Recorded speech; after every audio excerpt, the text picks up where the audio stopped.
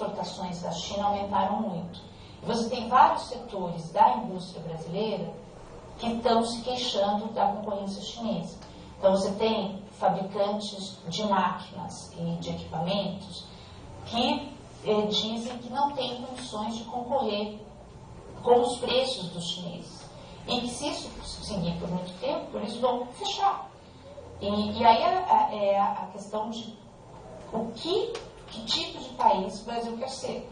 O Brasil quer ser um país produtor de matéria-prima e bens agrícolas, ou o Brasil quer também ser um país industrializado? Eu espero que queira ser um país industrializado, que é assim que vai, por esse caminho, um país do tamanho do Brasil, que o país vai conseguir integrar a população que tem no mercado de trabalho, também dando empregos que pagam melhor, que exige mais qualificação do que o trabalho agrícola. E isso exige ali uma estratégia do país.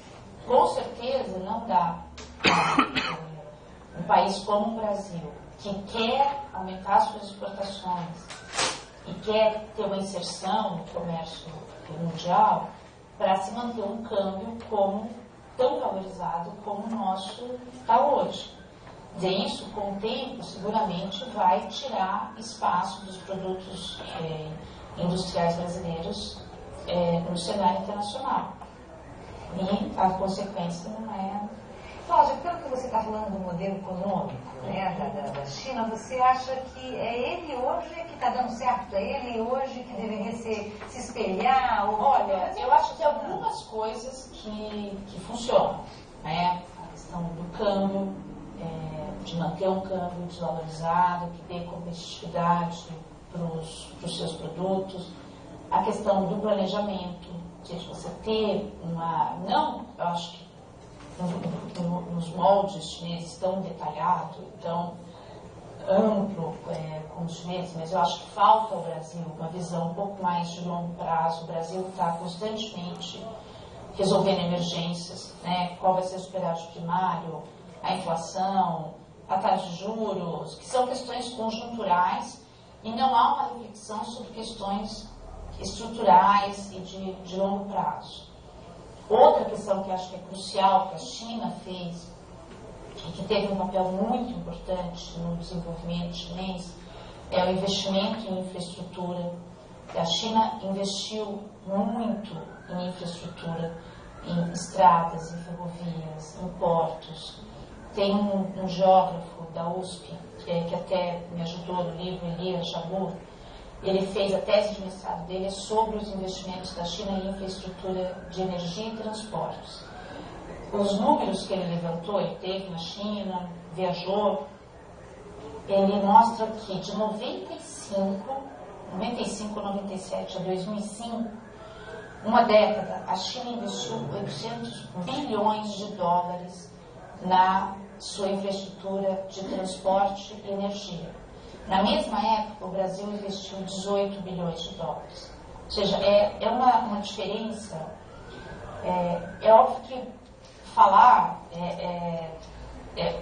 não é simples, né? Não é tão simples assim diminuir a taxa de juros, não é tão simples resolver a questão do câmbio, e não é simples resolver a restrição fiscal que o Estado brasileiro tem para investir. Pelo que você viu na China, você viajou, né, por algumas cidades, por alguns lugares, pelo que você conheceu da China e conhece aqui no Brasil, você acha que aqui no Brasil é possível ter um crescimento econômico, um outro desenvolvimento, uma transformação? Eu acho que a grande questão é como equacionar essas questões estruturais do Brasil. Eu falei taxa de juros, superávit, são questões conjunturais, mas elas refletem problemas históricos do Brasil em que não tem uma solução singela, né? Tem uma dívida pública que é enorme, aí para garantir o pagamento dessa dívida pública você tem uma carga tributária de 39% do PIB, Ao mesmo tempo, existe essa preocupação de não ter o crescimento exagerado para não ter inflação. Então, os juros são altos, ou seja, é uma equação que é muito complicada. Mas eu acho que dá para se ter mecanismos mais criativos e mais ousados para talvez a gente não consiga ter um crescimento de 10% como a China tem. Até porque, se a gente olhar, o Brasil já está, em vários aspectos, já está historicamente mais à frente que a China. Né? Muito desse crescimento da China e dos investimentos eles precisam construir cidades novas para absorver essas pessoas que estão saindo do campo para a cidade, eles precisam construir estradas. Ou seja, era um país que tinha muito pouco disso. Né? O Brasil já tem, falta muito, mas já tem, mais do que a China tinha em 78. Né? Talvez a gente não cresça 10%, mas acho que crescer 5%, 6%, acho que é razoável. Cláudia, para a gente encerrar, eu queria que você falasse duas questões: os riscos dessa transformação e também os desafios, né, dessa transformação para outros países, né, que desafios, né, a China tem diante de outros países. Eu acho que para os chineses, né, dentro da China, os principais riscos, eu acho que o mais preocupante, com o qual o governo mais preocupa, é a questão da velocidade do crescimento. Para nós parece algo paradoxal, né? Nós estamos preocupados em crescer e eles estão preocupados em não crescer tanto. Porque, e desde quando eu morei lá em 2004, a grande discussão nos jornais oficiais, né, que são ligados ao governo, é como desacelerar o ritmo de crescimento da China. Porque a percepção que eles têm é que eles podem estar em um crescimento que não se sustente ao longo do tempo, realizando investimentos excessivos. Eles investem 50% do PIB, o que é um índice altíssimo de investimento. O Brasil investe muito pouco, investe menos de 20% do PIB, precisaria investir mais, mas os economistas acham que é insustentável um país manter, por um período de tempo muito longo, um índice de investimento tão alto. Porque o risco é você criar uma estrutura produtiva ociosa, ou seja, uma estrutura produtiva maior do que a que você precisa e a que você tem capacidade de vender para os outros. E se isso acontecer, ou seja, se eles chegarem no momento e perceberem que tem produtos demais, tem produção demais, o efeito disso é a queda dos preços, é a deflação e uma desaceleração brusca da economia, o que eles chamam de hard landing, o pouso forçado. E o que eles estão tentando faz tempo, desde 2004, é o pouso suave, ou seja, desacelerar o crescimento de 10 para mais ou menos 8, para que ele seja sustentável ao longo do tempo. Até agora eles não conseguiram. O presidente Hu acabou de dizer que nos 3 primeiros meses deste ano eles cresceram 10,2%. Eles esperavam crescer no ano 8%. Eles voltaram a discutir mecanismos para desacelerar esse crescimento. Outros riscos são o risco político, ou seja, se por alguma razão o poder do partido passar a ser desafiado, eu acho pouco provável. Eu acho que eles têm condições, é uma coisa histórica da China, desde os tempos do Império, a existência de protestos no campo, de rebeliões, é algo histórico na China, e o Império sobreviveu, claro que caiu, teve quedas de dinastias, mas agora é o renascimento. Mas o risco político existe. E um risco que também é muito grave, que é relacionado a esse risco político, é a questão da corrupção. O próprio partido reconhece que a sua dificuldade em controlar o nível de corrupção das autoridades é uma ameaça à sua permanência no poder. Porque várias dinastias chinesas, inclusive a última, caíram por um descontentamento da população em relação aos altos índices de corrupção. E é um problema muito grave, porque você não tem eleições, você não tem imprensa livre, não tem Ministério Público, não tem um judiciário independente. Não existe, na China, não existem os mecanismos de controle do exercício do poder que existem no Brasil, nos Estados Unidos ou na Europa. Então, o partido conta com ele próprio para fiscalizar os seus membros. E todas, assim, eu leio, continuo lendo jornais chineses em inglês, né? O Jornal do Partido Comunista, o Jornal do Governo, e quase toda semana tem um caso de alguém preso por corrupção. É algo...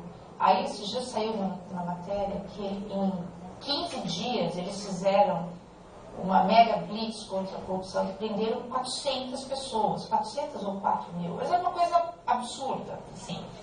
O ano passado, 50 mil pessoas foram investigadas.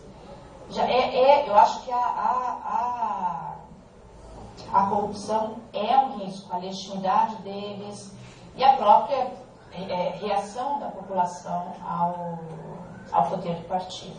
E a China está colocando desafios para o mundo. Sim. Eu acho que o mundo, o terreno onde a ascensão da China se revela de uma maneira mais clara, eu acho, para os outros países, é o comércio internacional. A China, em 78, quando ela começou o processo de reformas, ela tinha uma presença quase insignificante no comércio internacional. Em 78, as exportações chinesas tinham sido 9,6 bilhões de dólares. No ano passado, a China exportou quase 750 bilhões de dólares. É mais de 7.000% do que ela exportava em 78. 750 bilhões de dólares é o tamanho do PIB brasileiro, ou seja, de tudo que o Brasil produz em um ano. Então, ou seja, lá, é como você está numa piscina e de repente entrar um hipopótamo na piscina. Isso tem um impacto para o restante do mundo enorme. E a China entra nesse comércio internacional com uma competitividade que poucos outros países podem igualar. Então, a grande questão é como os outros países vão se ajustar para conseguir continuar competitivos na indústria. E outro desafio que a China coloca também você imagina a mesma história do hipopótamo. A entrada, a China tem 20% da população mundial. 20% da população mundial, que até pouco tempo consumia muito pouco. Quer dizer, são poucos os que têm carro, são poucos os que têm moto. Aí você imagina essa população passando a consumir. Isso provoca uma pressão ambiental sobre o resto do mundo enorme. A China já é o segundo maior emissor de gás carbônico na atmosfera, depois dos Estados Unidos. E se a China tiver o mesmo padrão, se um dia os chineses decidirem ter o mesmo padrão de consumo de carros que os norte-americanos, a China vai ter mais carros que o resto do mundo inteiro tem. É inviável. O mundo não comporta uma China inteira com padrões de consumo semelhantes ao norte-americano. Assim, é algo impossível. Não há recursos naturais, não há petróleo que sustente isso. Então, a grande questão a saber também é que tipo de consumidores os chineses vão ser no futuro e que tipo de pressão isso vai colocar sobre o restante do mundo. Né? Quer dizer, com todos esses números e essa análise e com essa transformação, vai ser impossível não falar sobre a China. Quer dizer, a gente vai ter que começar a ouvir, a falar sobre o chinês, a ouvir esse modelo. E tem pouca coisa. E esse livro aparece aí, então, o Renascimento